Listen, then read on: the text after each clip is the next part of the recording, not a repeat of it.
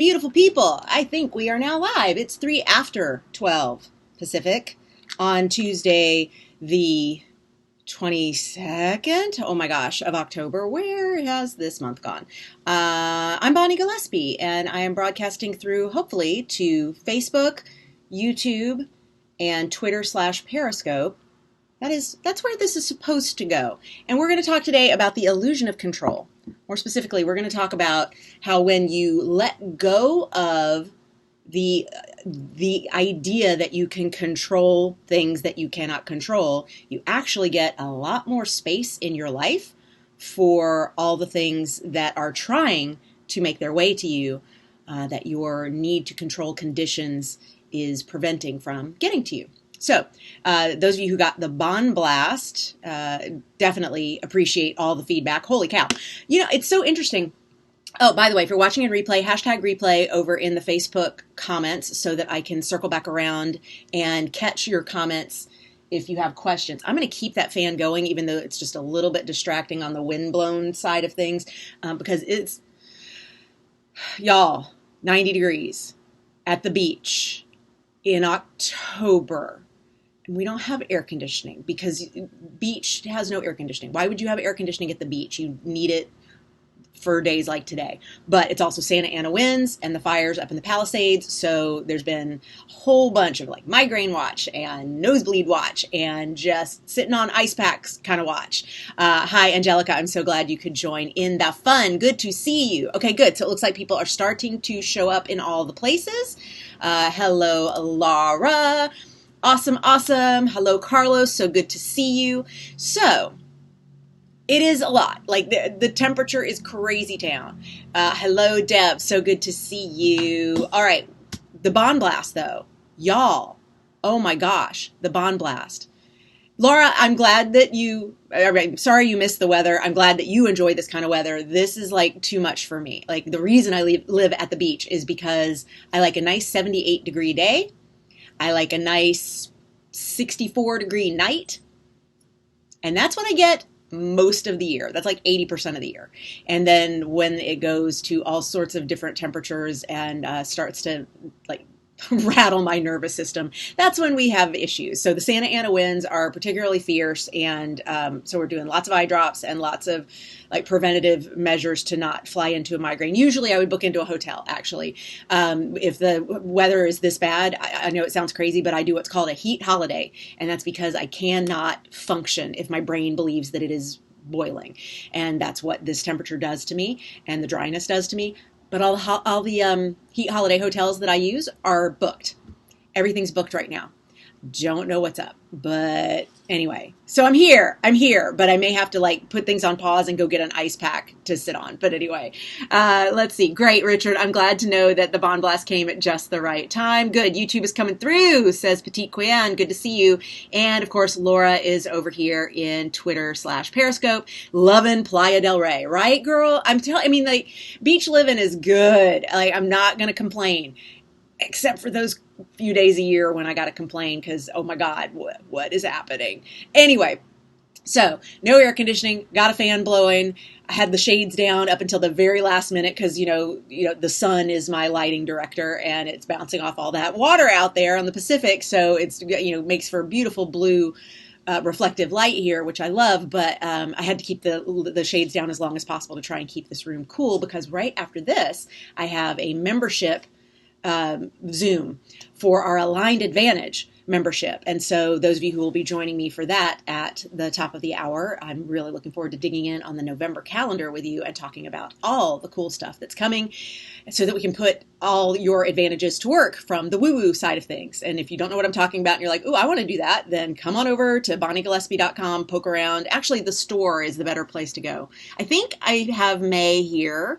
And she can pop a link, hopefully in the Facebook comments, to the Aligned Advantage membership. And I didn't prep you that might happen today. So sorry about that, May. I didn't think I was going to talk about it, which is crazy considering I'm going to be doing a Aligned Advantage meeting in 53 minutes. Like, why would I not talk about it? I don't know. Anyway, on a little bit of like reserve power status. But the Bond Blast arrived at the perfect time for so many people, according to my inbox. I got so much email today from people who opened the Bond Blast and went, this was for me. Yes? No? You watching me? How do you know that I have like my talons in all the things I want to control, Bonnie? Quit spying on me. I got a lot of that today. So apparently this one definitely struck a chord. If you are not already getting Bond Blast, you can fix that by going right here, BonnieGillespie.com. Pop in your email address. There's a little box on the side that will ask you to put in your email address, or you can scroll all the way down to the bottom and there's a little box there as well. Come get on the mailing list. I will be in your inbox on Tuesdays with the Bond Blast, and then we will show up here at least weekly through the end of November to talk about whatever it is that I Bond Blasted about. So definitely would love for you to jump on in and get the Bond Blast if you are not already doing so. But let's dig into it, because this one was all about my crazy neighbor. Y'all. Okay, first of all, our building is rent controlled. We've lived here since 2004, so we've got a sweet deal, right? 2004, beach facing, top floor, windows on all four sides. Well, windows, one door on the fourth side, so all like we can have breeze all the way around. Nobody under us because the garages are there, like 8 blocks from the beach. Could not be sweeter deal. Except for Crazy Neighbor Lady. Crazy Neighbor Lady, been here since the 60s. I think she's paying like $600 in rent, maybe like $650, because it goes up, it can go up 3% a year. And so she got in here when it was like $300,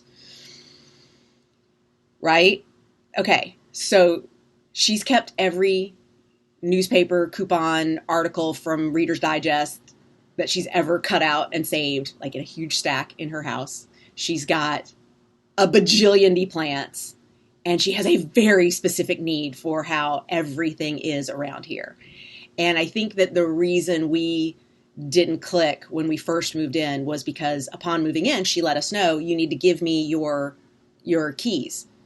And I'm like, I need to give you my keys. And she's like, well, I keep the keys to everybody's apartment so that if you're gone and someone brings a package, I can just put it in your apartment. I'm like, I'm so okay with it sitting outside at the door. If I have a package being delivered and I'm not here, it can sit outside. It's fine. I don't need you having a key to my apartment, because I know you're going to go into everything and be all up in my business, and you're already in my business just being here on my doorstep when I've been in the building for a day. Like, what?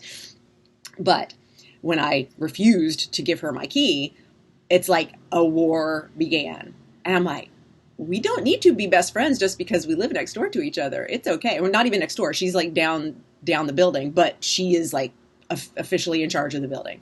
So this control thing of hers was so fascinating over the past few days. And earlier in last week, when I saw, like, my team was in-house, Erin was here, and we were just wrapping up. She was about to go, and there was this screaming match going on outside, and it was because they were staging the apartment or the condo at the building next door and putting things in the trash bin. And they were using our trash bin because it was closer than the trash bin for that building, the way they're organized in the alley. I don't pay attention to where they're organized in the alley and which ones go with which building, because why do I care? I mean, like, I go put stuff in the bin, or usually Keith does it, so it's kind of just not on my route. Like, I don't usually go out that way. I don't really pay attention to what's going on there, but apparently there's a very big issue, and a lot of screeching was happening. And I went, there's so much energy, like just so much energy expended trying to control others and their behavior and what they're doing and how they're doing it and when they're doing it and why they're doing it. It's like a lot. And I went, wonder what she could do. Like, what would her hobby be if controlling other people weren't her hobby? And that's the conversation that was going on in my head. I wonder what her hobby would be if she weren't controlling other people for a hobby. And then I went, that's actually not what she's doing. She's not controlling anyone. She's clearly not controlling me. I didn't give her my key. She's not controlling the FedEx guy. That big note that she put up on the gate last week, they still fling her stuff over and probably fling it so it hits not just FedEx, it's UPS, it's RHL, it's all of them, especially the post office. Oh my God. But we tell people don't even send us things from the post office here because it breaks, it shatters, because they just are in war now with the building because of the way she behaves. And it is a mess. Like, that note going up there did not make the FedEx person come with her package and go, oh, all caps, all exclamation points, don't stop flinging the packages over the gate. You are breaking things, exclamation point, exclamation point, exclamation point. Oh, well then hang on. Let me see if someone can get me the code to the gate so that I don't have to fling it over the gate, or maybe I'll just leave it outside the gate. Like, that's not the reaction to a note like that. The reaction to a note like that is like, can I drop kick it? Can I, hey, Alex, glad you could make it. Yeah. Thanks, Katrina. I know. It's insane how, for real, Jean, she is just like her own sitcom character. No question. When you look at it through that lens, it's hilarious. When it's a part of your environment every day, it's like, for me, it's a character study, like some of y'all are suggesting. Sorry, the fan is definitely getting the hair into my eyeball. So let's see if I can tug it back there. I just was like, what would she do? Because this is her hobby, clearly, trying to control people. And when I realized it's the trying to control, it's the efforting, it is the energy she's putting forth, trying to control things that she's never going to control. I went, it's the illusion of control that she has all this energy wrapped up in, because the note that she leaves out back by the recycling bin, the screaming match that she had with the movers across the alley, across the courtyard, the sign that she puts up every time she's expecting a package from FedEx or wherever. I'm sure she has different ones for different companies. The signs she puts in the laundry room about who's leaving what a certain kind of way, and making sure that always educates people as to the thing that they're doing, as if they didn't know that it's a bad idea to leave I don't know what her thing was, like leave the washer lid open so that the thing can dry out. I'm like, I think everybody knows that if you leave the washer lid closed, it's going to get musty and gross in there. Anyone who doesn't care enough about that isn't going to be changing their behavior because of a sign, right? It just fascinates me, the energy that is put into the illusion of control. And of course, once I then pull that in and start thinking about y'all and us and our work and this life, this journey that we're on, I go, how much energy do we spend in the illusion of control?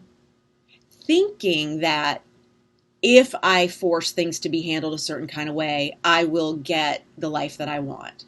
I will get the results that I need. And that's the part that I want to focus on for today's stream. I want to talk about, like, what need is it filling? So I have a really big one. There are a bunch of things that we do in our business that require customer service. We have, thousands, if not 10,000 clients all over the world.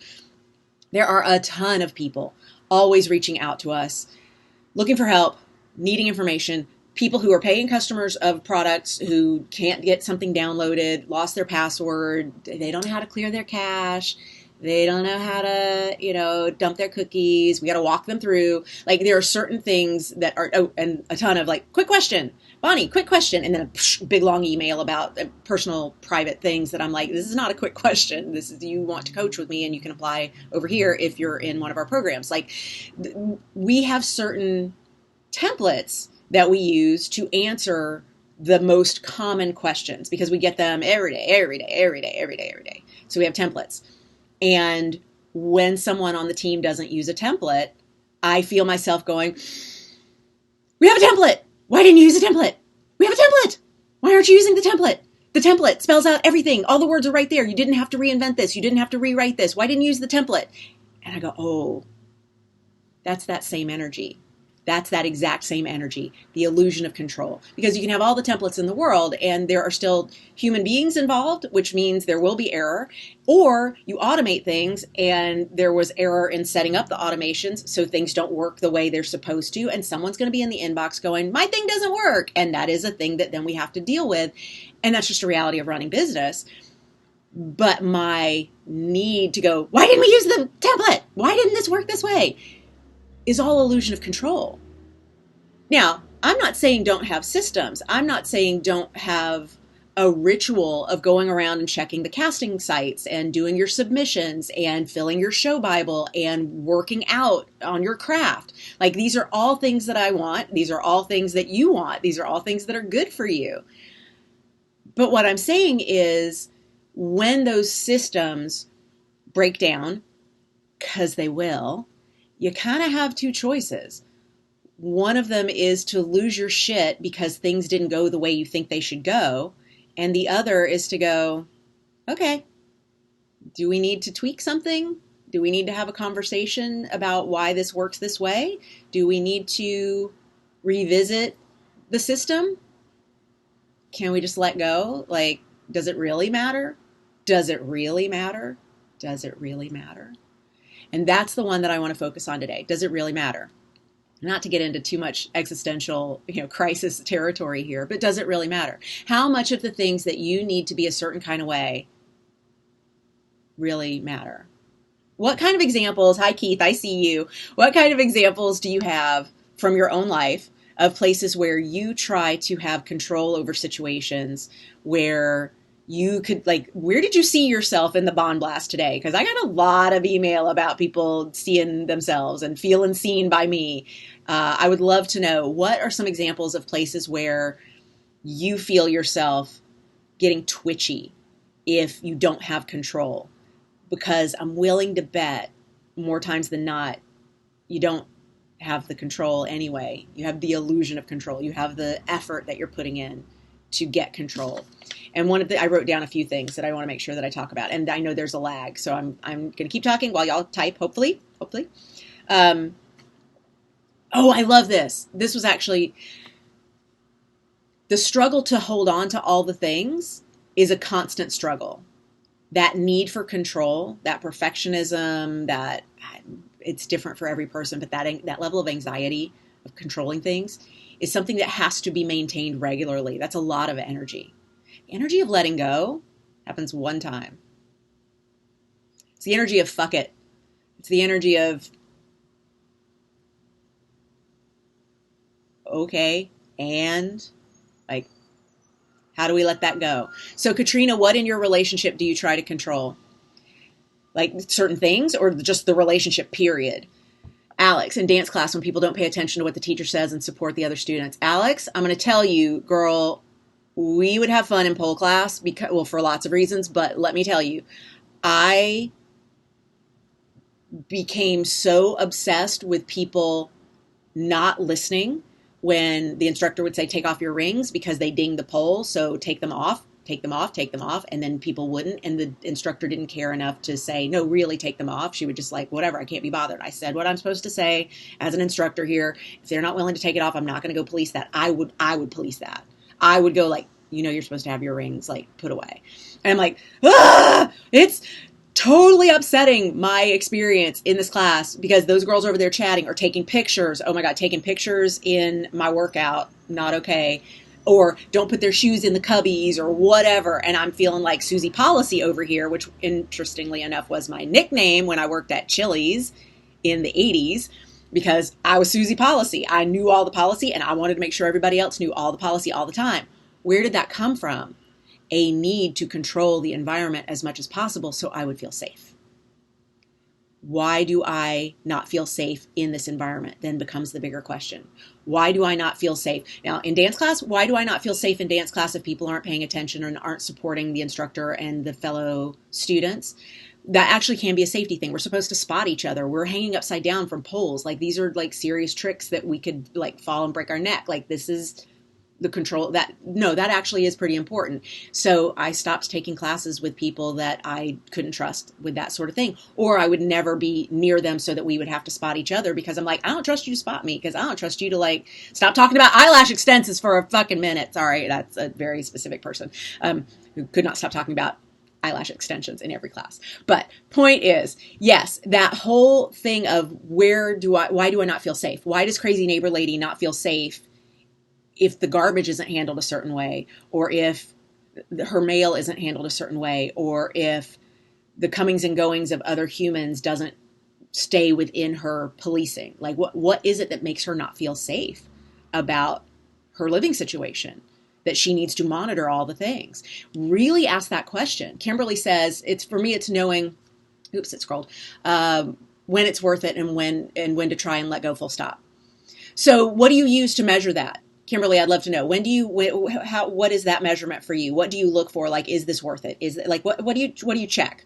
Is this worth it? Should I bother? Like, do I need to assert my need for it to be a certain kind of way, or does it really matter? Like, I do that with our customer service emails in particular. I'm like, if this is something that's costing us money because it didn't get answered, I'm going to have a problem with that, because the way I pay all y'all is with the money that comes in. So we got to get these handled correctly.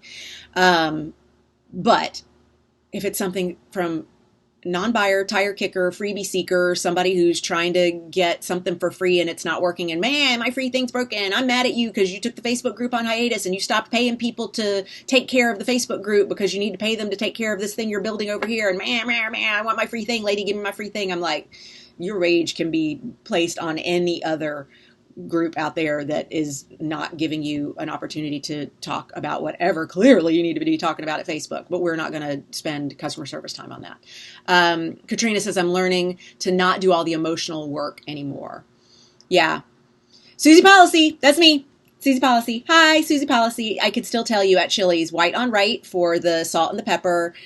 Keith and I ate at a Chili's in Santa Barbara, random, last month when I was up there, or earlier this month when I was up there to teach at UCSB. And we were like, what's simple? Let's get some food that's super simple. We don't even need to be bothered thinking of like what the place is. Chili's. We know what Chili's is. Let's go in there. And I was like, They didn't drop the silverware within 15 seconds. The silverware was supposed to be dropped and greeted within 15 seconds of sitting down. I'm like, well, this is information from 1988. Why do I still carry it around in my brain? And of course, it could have changed 3,000 times since then. But because my job was to be a corporate trainer, I got to fly around the country training people on how to be chili heads. Susie Policy. I got a lot of that shit burned in my brain. Yeah, it's a total safety issue. Alex, if we think about why do I not feel safe in this situation, then we can deal with the real problem, which is, what do I need to do to feel safe in this space? Because there are going to be things I can't control. There are going to be people I can't control. There are going to be circumstances, conditions I cannot control. So what do I need to do in order to feel safe? So let's go back to the weather. Can't fucking control the weather. Can't get a hotel room anywhere around here because the only one that has availability is this new hotel that just opened up over here, and the rooms are $600 a night. Now, Ponies for Everyone money, Bonnie says, go for it. Let's spend thousands of dollars for me to spend a few nights in a hotel right over here. Like, sure.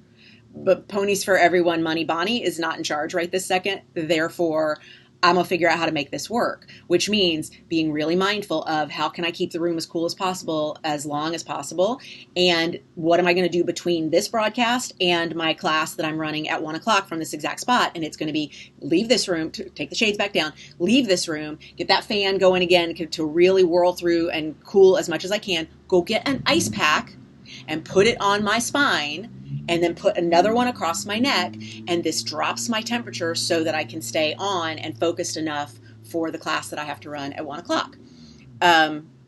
That's how I can be made to feel safe, because there's nothing I can do to control the weather, but I can be made to feel safe by doing things that talk my brain out of thinking it's dying, because that's actually the conversation that starts happening. Laura says, I'm trying hard to have significant other to have the same or at least similar diet. Organic produce versus fast food meals. I finally had to say I can only control what I can consume. It took a while though. Laura, is similar. Keith and I have very different diets. And there have been times that I've had to say, I can be a lighthouse. I'm not his mother. And by the way, so not sexy to be your partner's mother. No. He doesn't want it. I don't want it. Nobody wants Bonnie Gillespie to be Keith Johnson's mother. No. And even though partnering sometimes does require a little bit of parenting, and everybody knows that no matter what the gender roles are in your situation, we all know that there's a bit of that involved. But at the end of the day, I can only be in charge of what I put into my body. And so what I say is, I'm going to live as a lighthouse. I'm going to live #best life. I am going to be as healthy as I want to be. I am going to make the choices that make me feel my best, and then I'm going to live my best. And if he can't keep up, that is going to cause problems in our relationship long term, especially as we age. So hopefully we have the conversations that say, I want you sticking around, and I don't want to be like, caring for you, wheeling you around in your wheelchair because you had to lose your feet to diabetes. Like, could you maybe make some choices that are kinder to your system? And of course, the line that I use with all of the body stuff is genetics load the gun, behavior pulls the trigger. So if you've got shit going on in your family and your lineage that is dangerous, you have to behave a certain kind of way to make sure that stuff does not become as dangerous as it possibly could. Genetics load the gun, behavior pulls the trigger. Yep.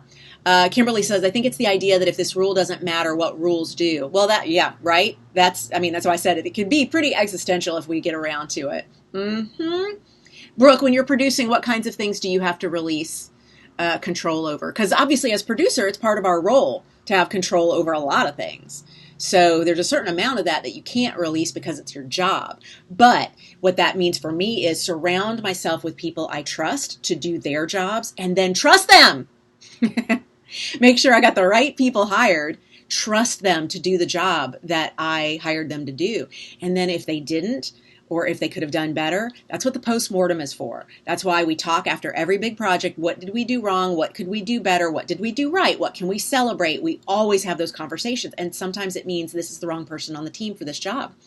And those are the decisions to make after, but not that pressure cooker of in the moment, because you're already putting out so many fires as a producer.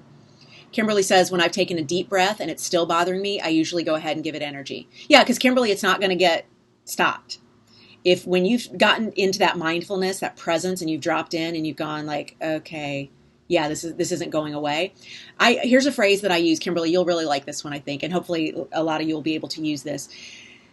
There was something that Keith was doing with my car that I needed to be a certain way, and I'm really, really particular about my car. My car is 30 plus years old. It is my baby. I've had it since I was a teenager. I bought it with my bartending money. Like, it was really important for me to have this car, and remains important to me to love on this car because now she's a classic.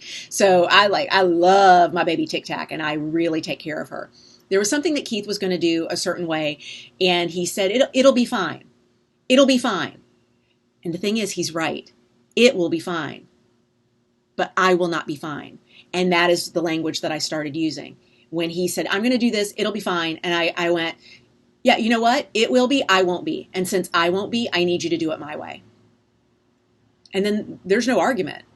There's no argument because we want each other to be fine. So if I am going to be fine in this situation, it's going to need to be done my way, because even if it will be fine, I won't be fine. So let's make me fine.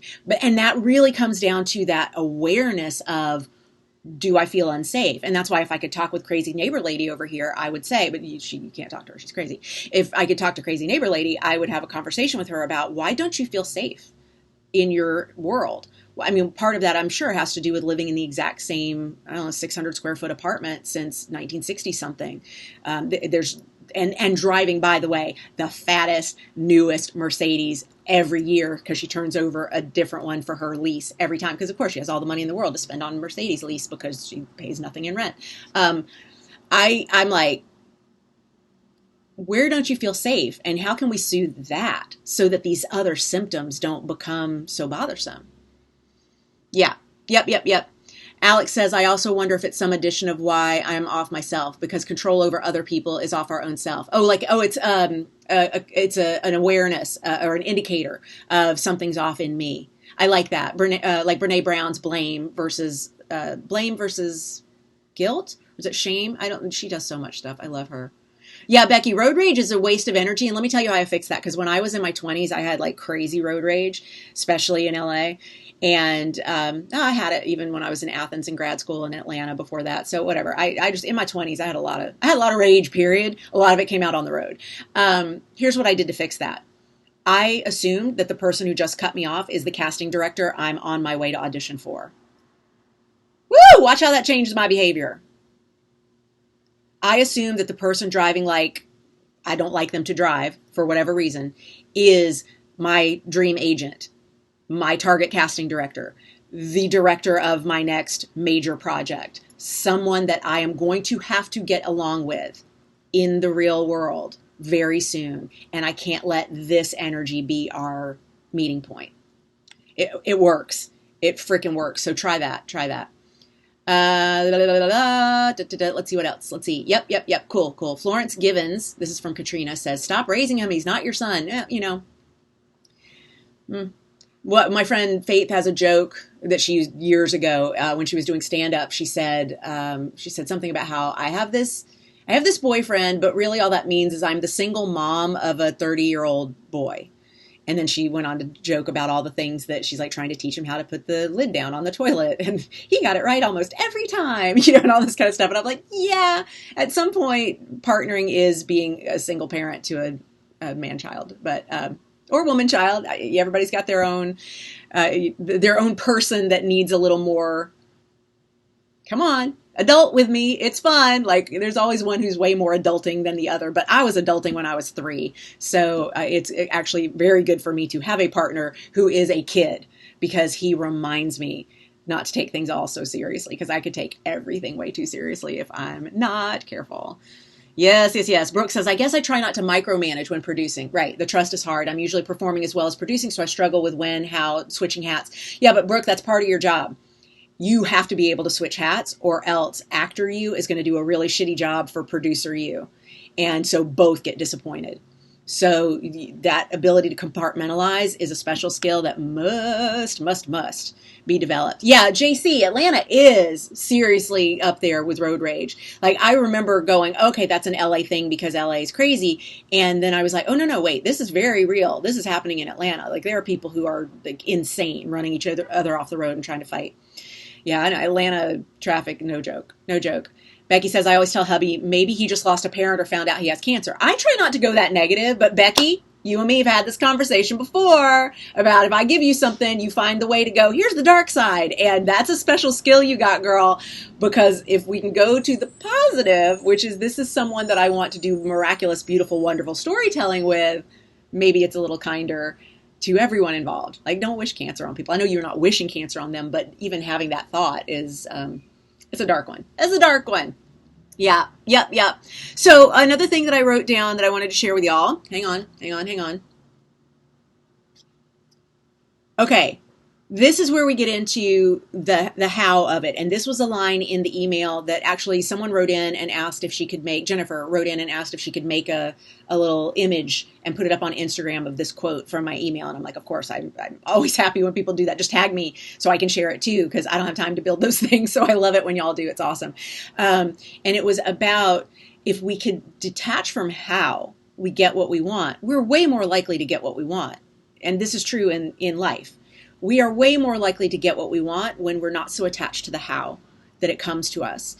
And so what I would love, especially when I think about things like, deserving to be successful or earning it because you put in a certain kind of work. I mean, those things just don't exist. We know that people aren't successful because they earned it or deserved it. Like we know that that's not how it works. We have way too much evidence of people who we would say do not deserve the success that they have, being incredibly successful, and people who do not deserve the pain that they have or the struggle that they have having to go through struggle. So I really kind of want to take deserve off the table altogether because it is such a judgment loaded word and it sets us up for feeling like we're doing something wrong. So what I like to do is say what we want are the conditions to feel a certain way. Why don't we detach from how we get those conditions to feel a certain way? What I mean by that is the conditions are less important than the feeling.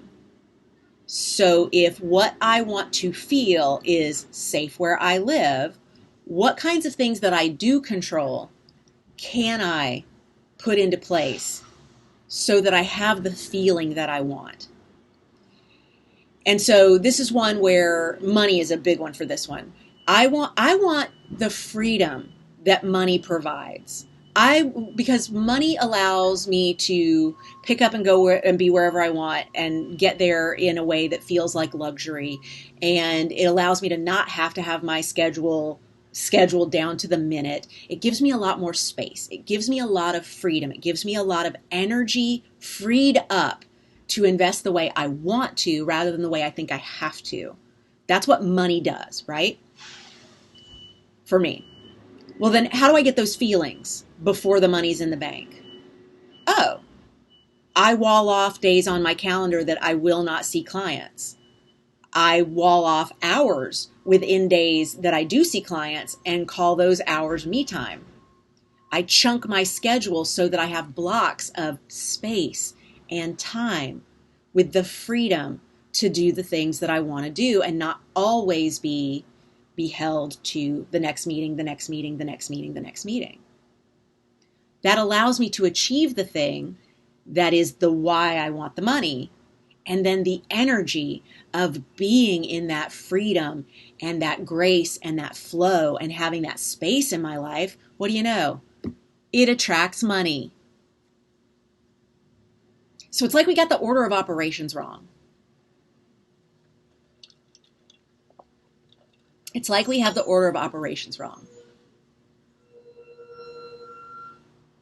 And if we can get into the feeling place of the thing that we want, watch the thing that we want come later, but it doesn't really matter because we now don't tie up so much with that thing that we want. What are your thoughts on that? And I know that there's a lag, so I'm pausing for y'all to type in there. And I'm going to take this moment while you're typing to me to remind you that we do still have, I think we have 3 spots left, maybe 2, in our LA Intensive, which is on November 2nd in Santa Monica. It will not still be 90 degrees, thank God. I hope. Oh my God, what if it is? Well, whatever, the theater has air conditioning, but we would love for you to join us. If you are in LA or coming to LA and want to join us, May is going to put the link in the chat at Facebook. Those of you who are watching at YouTube or Twitter, Periscope, elsewhere, come on over to the Facebook version. Again, put in #replay if you're watching me on replay and join us. I think you can also find the link from BonnieGillespie.com. There's a link up top on this website to the store. And you can go there and secure your spot in our retreat. I will be sending out homework tomorrow for those of you who are registered. I would love to have you join us. We call it a retreat. It's not outside. We're not going camping. It's not like that. Don't bring a sleeping bag. It's actually just an intensive, but we call it a retreat because the first time we ever did it, it was out in Temescal Canyon and we had a nature hike and it was in fact a retreat. So we called it that and then it just kept that name, but it's a 1-day intensive where we go through the self-management factors principles. So we work on type and brand, targeting, and how to market to your targets. We go through content creation and why it's so valuable as a way to show people that you're low risk for the next booking that you want to get. And of course, networking, including social networking, and we do some brand prob, and it's a lot of fun. So I'd love for y'all to join us in that. If you've never done it, have a blast. Come join us. Yes, someday, JC. We're doing fewer and fewer of them. We actually only did 2 this year. Did we do 3? We may have done 3, but we're only going to do 2 next year. We're doing fewer and fewer just because I'm touring now. I'm back to traveling next year, even though I didn't travel as much this year. I traveled a little, but not to tour. And last year I was everywhere. So anyway, we're doing fewer and fewer of them. But hopefully you will join us. Let's see.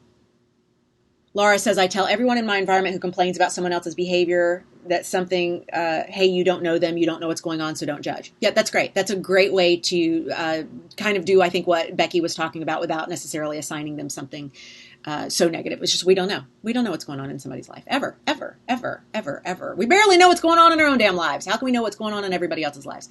Alex says, this may not be the right space, but from the work I've been thinking about, inspired action versus JFDI, so if you feel it's right, can you talk it out? Yeah, JFDI, there are some things that you don't get aligned for, but they have to happen. Like, I'm never going to be in the aligned hustle for paying my taxes. So paying taxes is a JFDI. There is a time where I just have to fucking do it because if I don't, there are consequences that are unpleasant that I do not want to have. Therefore, it's a JFDI and I can't worry about trying to get aligned for it. I can get as less pained about it as possible. I can get as far away from hating it as possible when I do it. It's like Keith doesn't like to talk about a lot of things. I like to talk about everything. Keith does not like to talk about some things. Some things he loves to talk about, other things not so much. If I know we have to talk about one of the things that Keith doesn't like to talk about, I give him a warning shot. I go, hey, we're going to need you to have the bandwidth to have a conversation about XYZ before you go to bed tonight. So budget for when that's going to happen, because I'm ready to have that talk right now. He's not. But now he has a warning shot, and he's got whatever number of hours to figure out how to get in a mood to talk about the schedule or whatever. And then we will make that happen. So it's not so much about getting into the aligned hustle or inspired action, as you called it, Alex. It's more about there's some things that if they don't get done, it's a problem. Therefore, get as close to aligned hustle as you can, and then just fucking do it.